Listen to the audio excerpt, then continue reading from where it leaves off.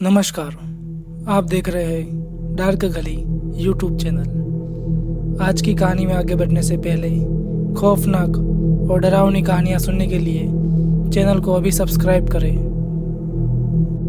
आज की कहानी हमें मध्य प्रदेश से शुभम मिश्रा ने भेजी है। आपका बहुत बहुत धन्यवाद शुभम। तो चलिए बढ़ते हैं आज की कहानी की ओर। मेरा नाम शुभम है। ये बात तब की है जब मैं और मेरा दोस्त बिट्टू एक शादी में गए थे। हम अपनी कार में शादी में गए थे। शादी से निकलते निकलते हमें काफ़ी लेट हो गया था, पर हमें सुबह ज़रूरी काम होने की वजह से वहाँ से निकलना पड़ा। मैं कार चला रहा था और मेरा दोस्त बिट्टू बगल वाली सीट पर बैठा था। रात के तकरीबन 1 बज रहे थे और हम सुनसान हाईवे जो जंगल के बीच में से होकर जाता था वहाँ से गुजर रहे थे, और हमारे सिवा पूरे हाईवे पर हमें एक भी गाड़ी नहीं दिख रही थी। फिर अचानक से मेरी कार में से एक जोरदार आवाज़ आई और कार बीच जंगल में रुक गई। हमें कुछ समझ नहीं आया कि क्या हुआ। हमने कार स्टार्ट करने की बहुत कोशिश की, पर कार स्टार्ट नहीं हुई। हाईवे से लगे जंगल में से जंगली जानवरों और भी बहुत अजीब आवाज़ें आ रही थी। हम पूरी रात वहाँ नहीं बिताना चाहते थे।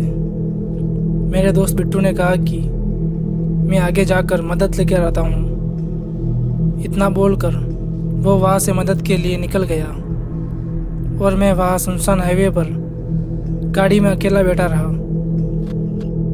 बैठे बैठे पता नहीं कब मेरी आग लग गई और मैं गहरी नींद में सो गया।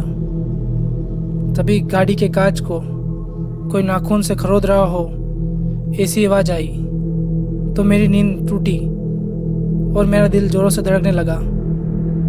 मैंने कांच के पास जाकर देखा तो एक बूढ़ा आदमी शाल लपेटे और हाथ में टिफ़िन लिए खड़ा था।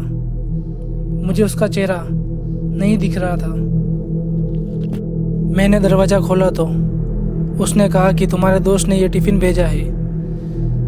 ये सुनकर मुझे अजीब लगा कि मेरा दोस्त इतनी रात को कहाँ से टिफ़िन भेजेगा, लेकिन मुझे भी भूख लगी थी तो मैंने टिफ़िन ले लिया। मैंने टिफ़िन खोला तो मेरी जान हलक में अटक गई। मैंने देखा कि टिफ़िन में कीड़े मकोड़े, सड़ा हुआ मांस और सड़ी हुई रोटी रखी थी, जिसमें से बहुत ही बुरी बदबू आ रही थी। मैंने उसकी तरफ देखा तो मेरे हाथ पैर ठंडे पड़ गए थे। उस आदमी का चेहरा पूरी तरह से सड़ा हुआ था और कीड़े पड़ रहे थे। उसकी जीभ भी बाहर निकली हुई थी। फिर अचानक उसने मेरा सिर पकड़ा और रोटी मुंह में ठूसने लगा। मैं बचने की नाकाम कोशिश कर रहा था। मैंने जैसे तैसे अपने आप को उसके चंगुल से छुड़ाया और चिल्लाते हुए भागने लगा। वो किसी जानवर की तरह मेरे पीछे भाग रहा था।